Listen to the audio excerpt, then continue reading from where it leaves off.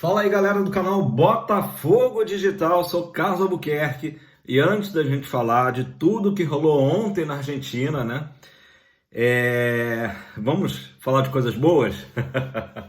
Galera, somos 5.000, isso mesmo, chegamos como eu previa, né? Ontem faltava pouquinho, chegamos a 5.000 inscritos, já passamos de 5.000, então só tenho a agradecer a vocês, considerando que o canal se aproxima dos 5 meses e a gente tem mantido aí essa média mais ou menos de quando tinha 3 meses eram 3.000, quando tinha 4 meses eram 4.000, enfim, mais ou menos 1.000 novos inscritos por mês. Assim seguimos aí com humildade e muita gratidão no coração, beleza? Tamo junto, galera, valeu mesmo.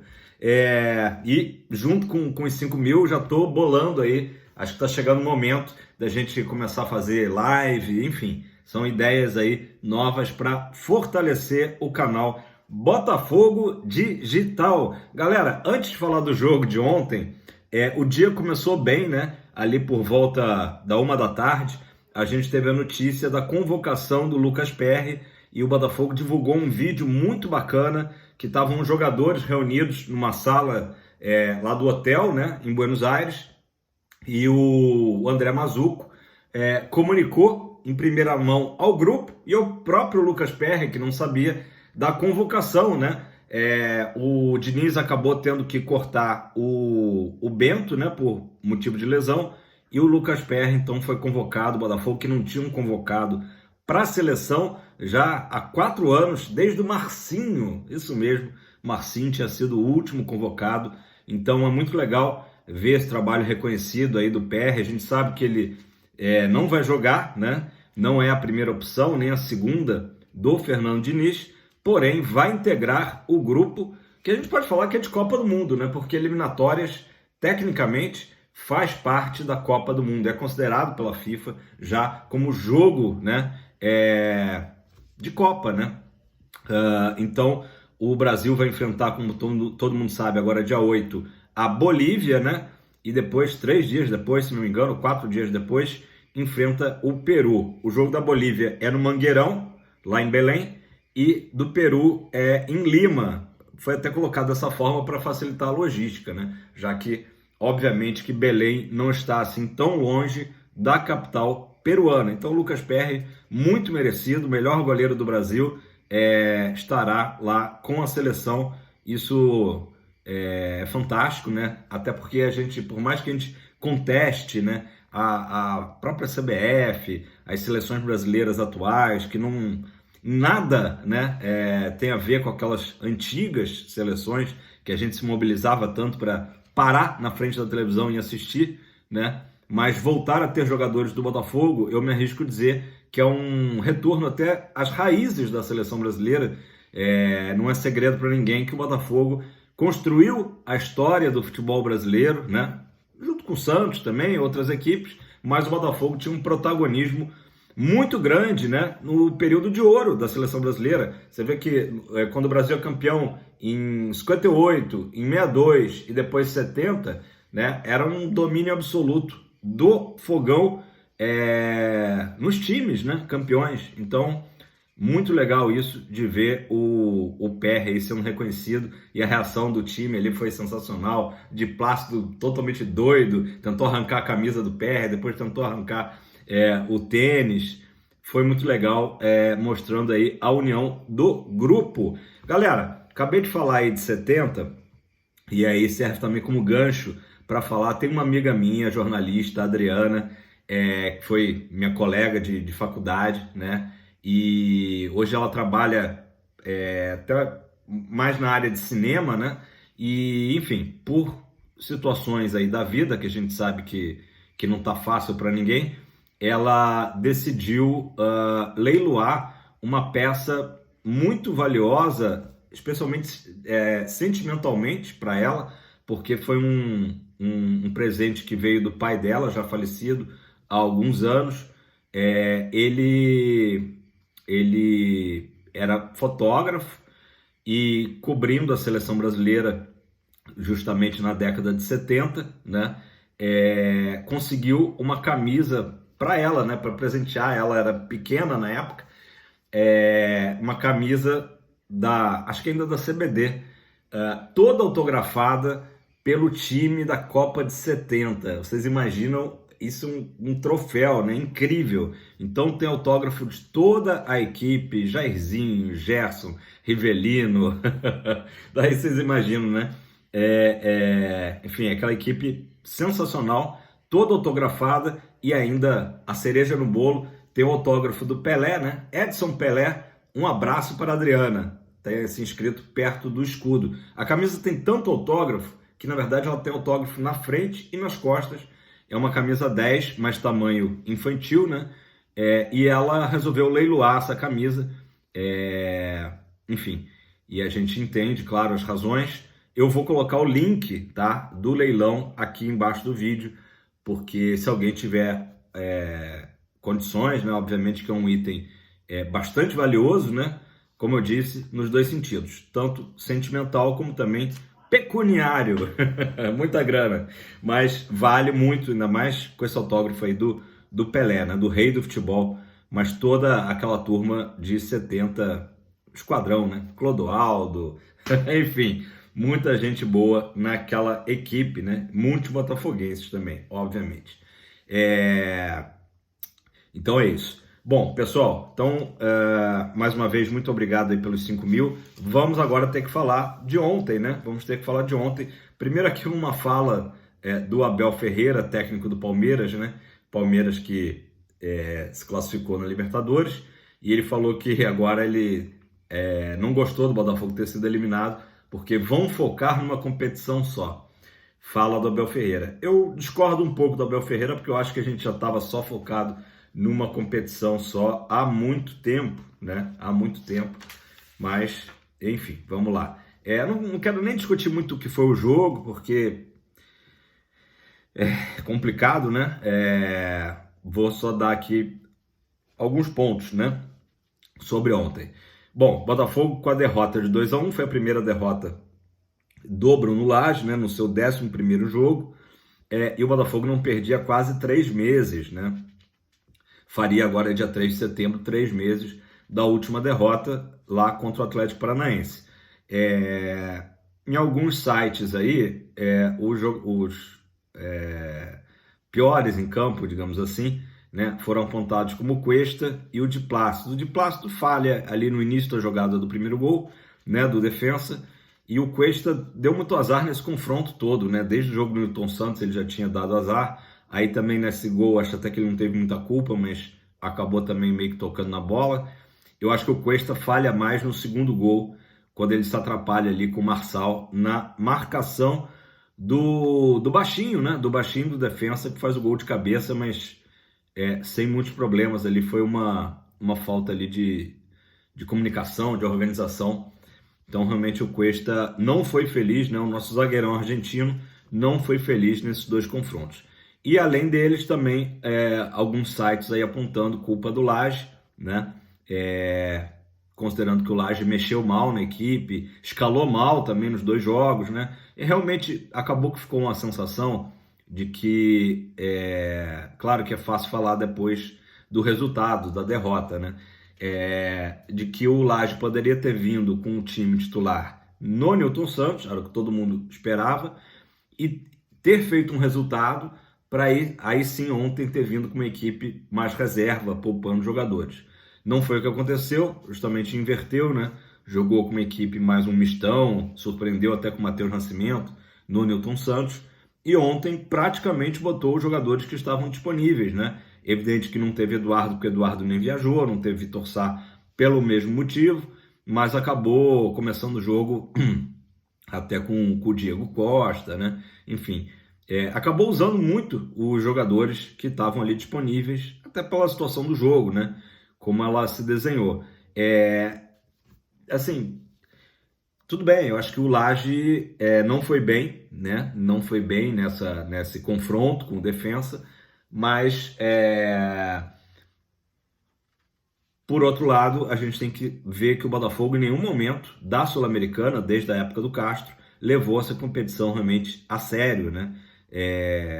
Eu fico com pena porque, assim, querendo ou não, era uma oportunidade do Botafogo se preparar para uma Libertadores do ano que vem. Se a gente achou que foi pressão, né, jogar lá no campo do Banfield, e foi pressão, né, o estádio cheio com a torcida do Defensa, vocês imaginem então o Botafogo numa Libertadores, jogar numa Bombonera, ou então jogar no Monumental de Nunes contra o River, né, ou jogar, sei lá, contra o Racing, né, equipes que são maiores, né, bem maiores que o próprio Defensa e Justiça.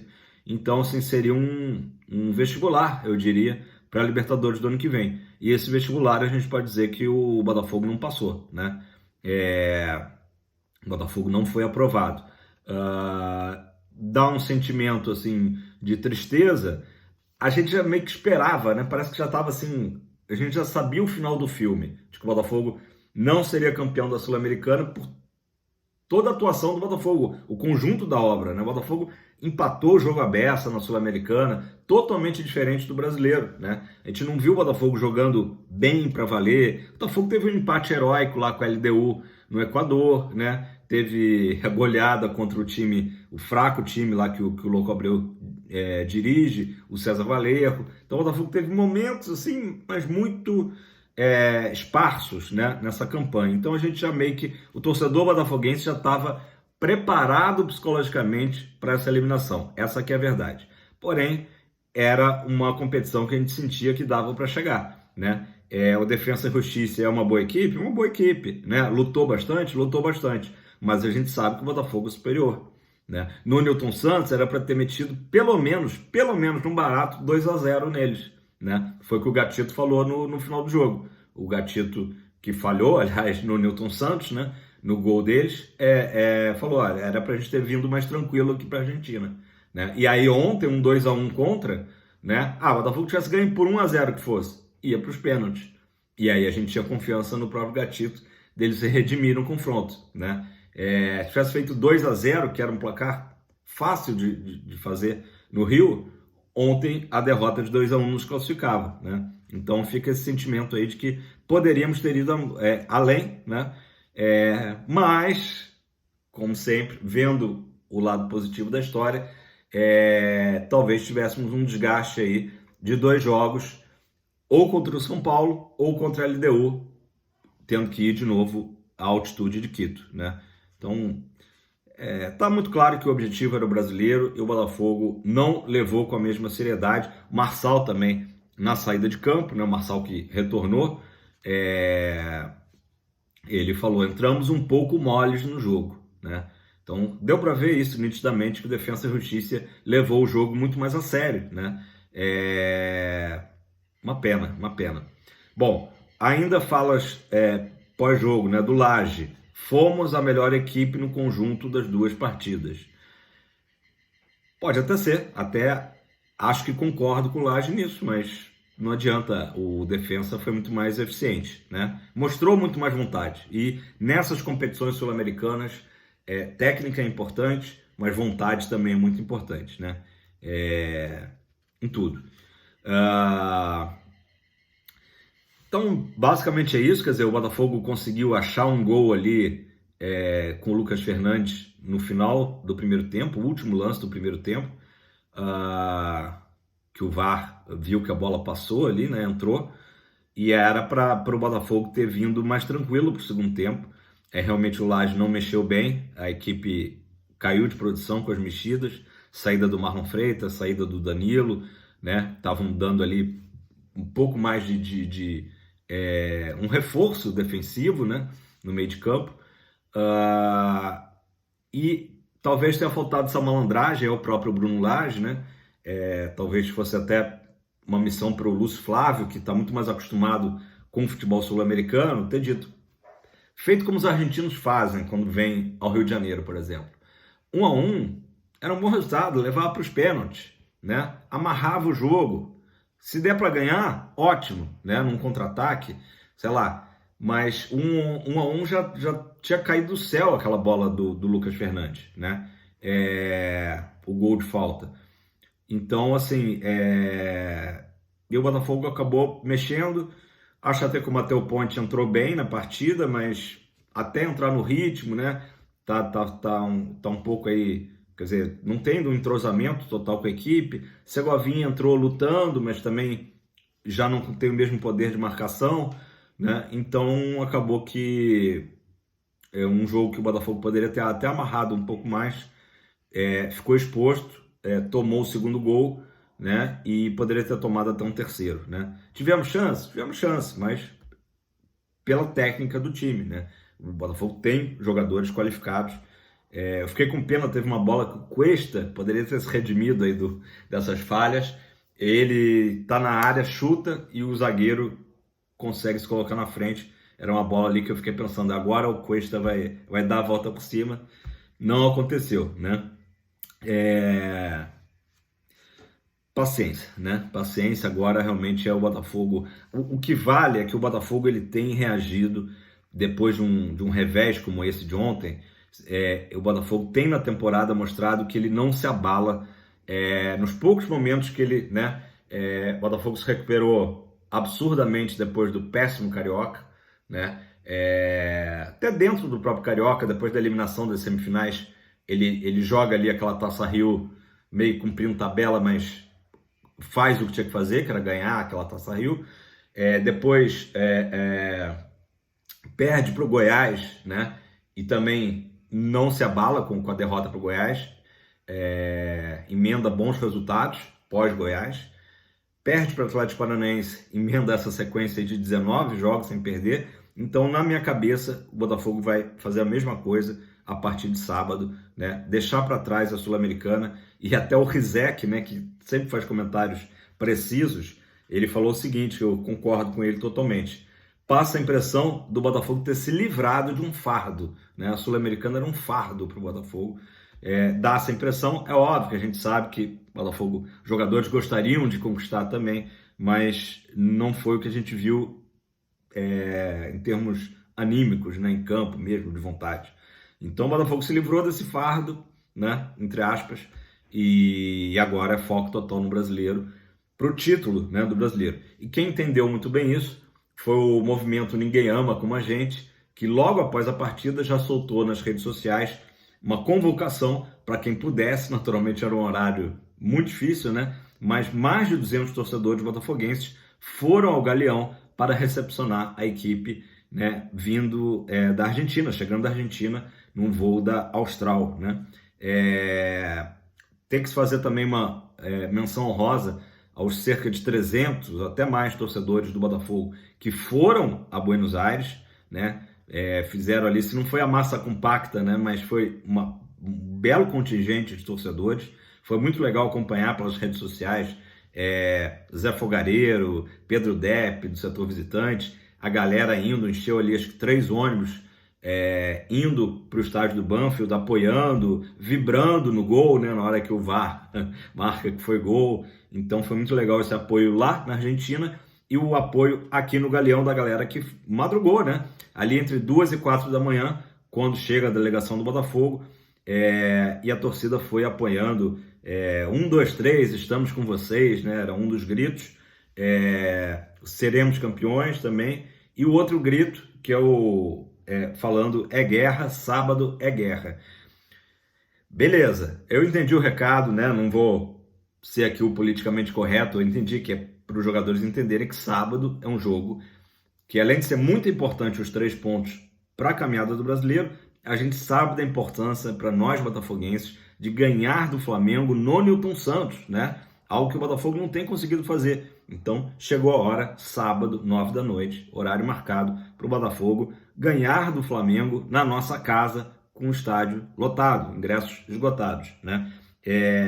Só momento aqui, tiozão, paizão da galera mais jovem que está me assistindo e que vai ao jogo, e eu vi também outras pessoas também falando nesse sentido. Galera, a rivalidade com o Flamengo é muito grande, né? Nos últimos anos isso aí foi acirrado, até assim, exacerbando, né, em termos de violência. Eles vão estar em minoria, né? Não tem dúvida disso, mas vamos focar no Botafogo, vamos comemorar como a gente tem feito grandes festas e vamos deixar os caras de lado, se encontrar no caminho ali, quem está indo de trem, muito cuidado, que é o acesso para a torcida visitante, né? Então fiquem espertos, porque não é a vibe do momento, acho que em nenhum momento é, né? Mas esse sentimento de guerra ficar só no campo mesmo, lutando pela vitória, né? Lutando pela vitória, mas vamos tomar todos esses cuidados. Nunca é demais falar isso, porque não é legal. Muita gente deixou nos últimos anos de ir justamente no clássico contra o Flamengo pela rivalidade, né, exagerada, que chegava justamente até a muitos confrontos, né, de torcida. Então, vamos deixar isso para lá e vamos apoiar até o final.